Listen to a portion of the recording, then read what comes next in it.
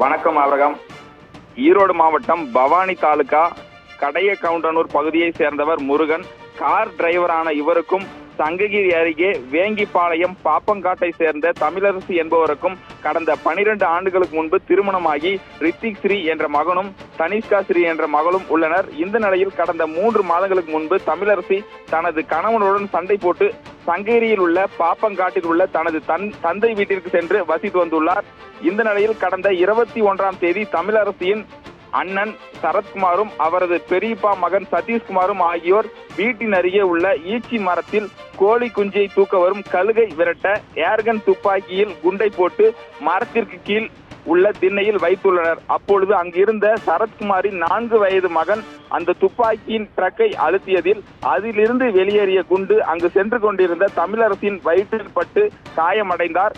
ஆபத்தான நிலையில் மயங்கி கிடந்த அவரை அருகில் இருந்தவர்கள் மீட்டு ஈரோட்டில் உள்ள தனியார் மருத்துவமனையில் சிகிச்சைக்காக அனுமதித்தனர். சிகிச்சை பெற்று வந்த தமிழரசி தற்பொழுது சிகிச்சை பலனின்றி உயிரிழந்துள்ளார்.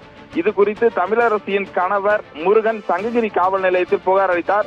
புகாரின் பேரில் ஏர்கன் துப்பாக்கியில் குண்டை போட்டு ட்ரக்கர் விசை அழுத்தினால் அதிலிருந்து குண்டு வெளியே வரும் என்று தெரிந்தும் உயிருக்கு ஆபத்தான நிலை ஏற்படும் என்று தெரிந்து மரத்தின் கீழ் ஏர்கனை வைத்திருந்த குற்றத்திற்காக சரத்குமார் சதீஷ்குமார் ஆகிய இருவரையும் சங்ககிரி காவல்துறையினர் கைது செய்துள்ளனர்.